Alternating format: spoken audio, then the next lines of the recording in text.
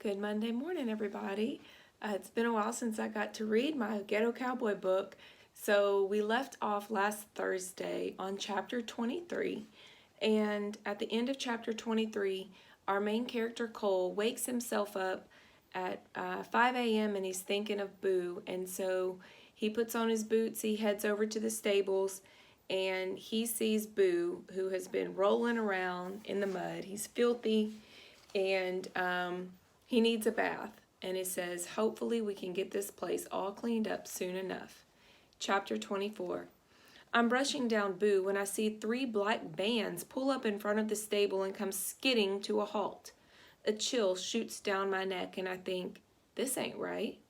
Suddenly, about 20 guys in blue windbreakers jump out and swarm the stables like ants, trekking through the mud and taking pictures and video of everything they see. What the heck is going on? One thing's for sure, Harper's not going to be happy. I stand frozen to the ground, thinking, if I move, they'll pounce on me too. They just pass by me like I'm invisible, whistling to each other every time they find something that's broken down or beat up because of the storm. Tex pokes his head out of the clubhouse, his big old glasses peering out as he ties his robe up, but he looks as confused as I am.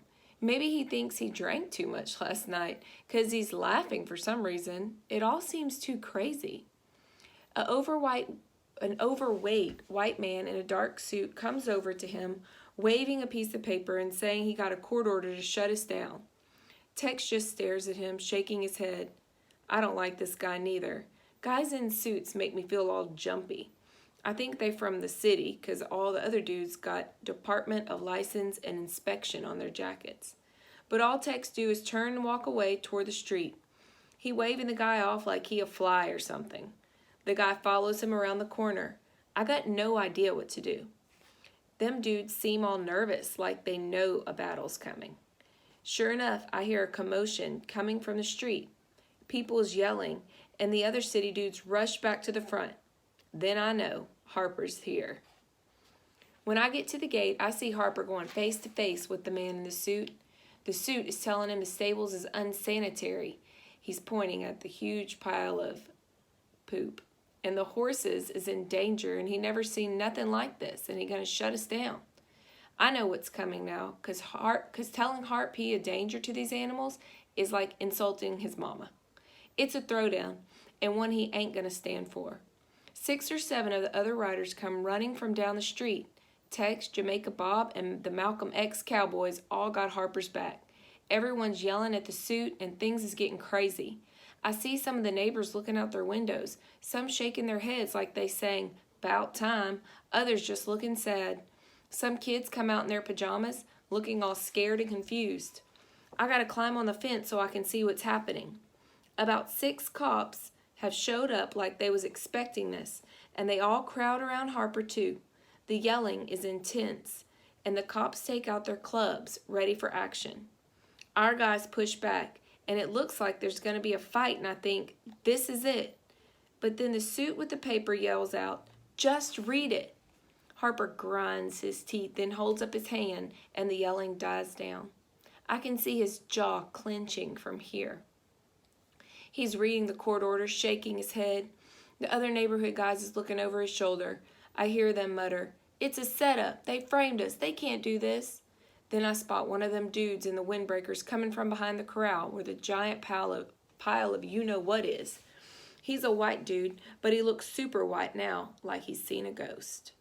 He starts talking to the suit and pointing back to the pile, which is steaming from all the rain and heat. And 'cause he's so frantic and all, I'm pretty sure I know what they talking about. That white dude just found the body of the dead horse. Man.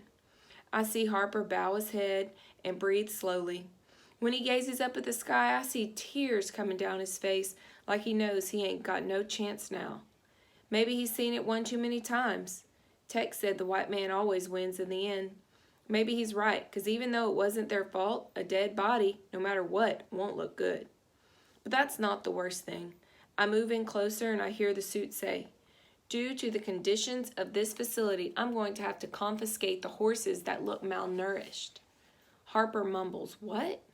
But the suit has more to say.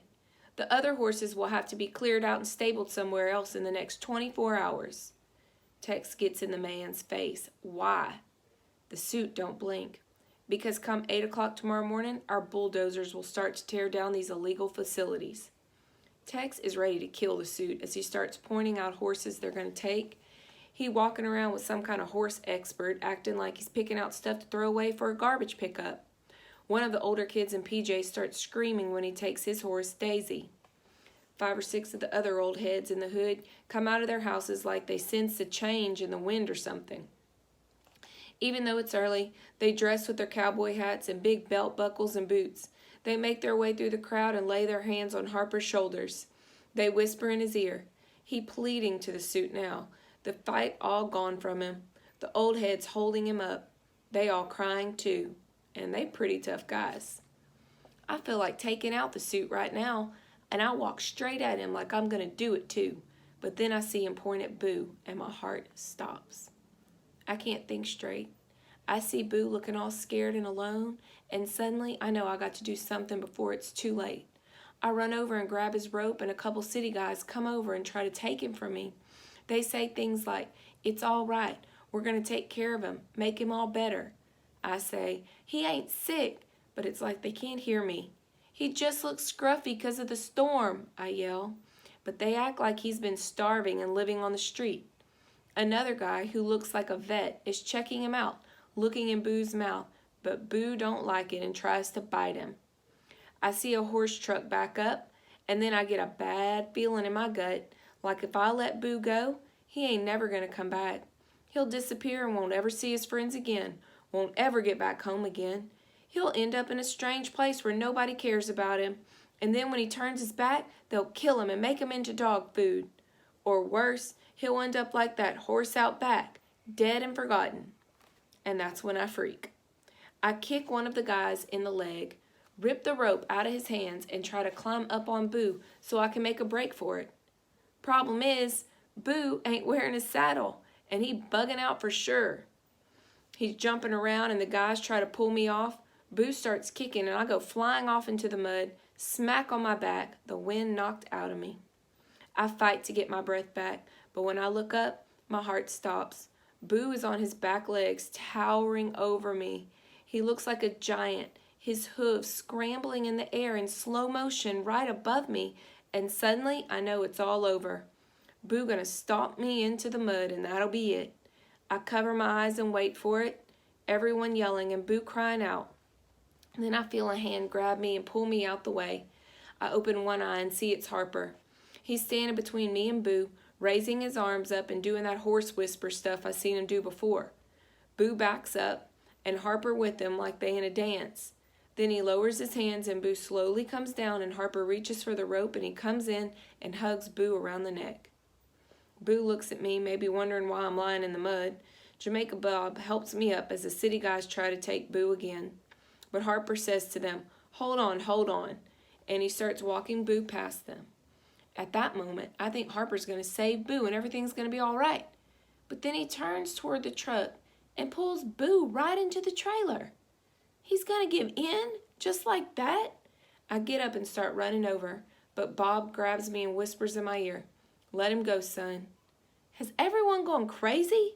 They load up maybe 8 horses, and Harper just stands there, his back to me, holding that piece of paper. Bob got an iron grip and won't let go.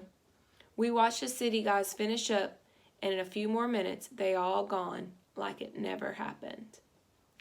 Right, we'll pick back up with chapter 25.